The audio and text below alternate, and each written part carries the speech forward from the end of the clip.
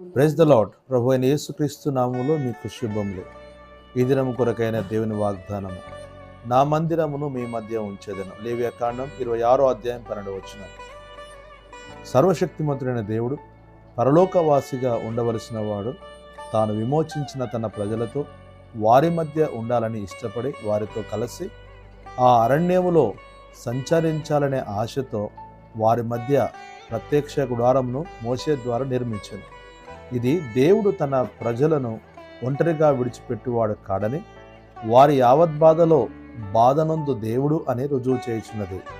ఇది ఆయనలో ఉన్న తగ్గింపును, ఆయన తన ప్రజలపై ఆయనకు ఉన్న మక్కువను తెలియజేయుచున్నది. అయితే ఈ నూతన నిబంధనలో దేవుడు నివసించదలిచిన ఆ మందిరం నీవు నేనే. గుడారములో, ఒక దేవాలయములో ఉండవలసిన దేవుడు నిన్ను నన్ను తనకు నివాసముగా కోరుకోవడం ఎంత ఆశ్చర్యం. దేవుడు నివసించే దేవాలయమైన మనము ఆయన మనలో నివసించినట్లు పరిశుద్ధత, ఆయన వలె దీనత్వమును కలిగి ఆయన కొరకు జీవించవలను. అప్పుడు దేవుని మందిరం అనగా దేవుని సన్నిధి నిత్యము మనతో ఉండి మనలను ప్రతి ఆటంకము నుండి, శత్రు భయము నుండి, కొరతల నుండి విడిపించి మనలను గమ్యము చేర్చును.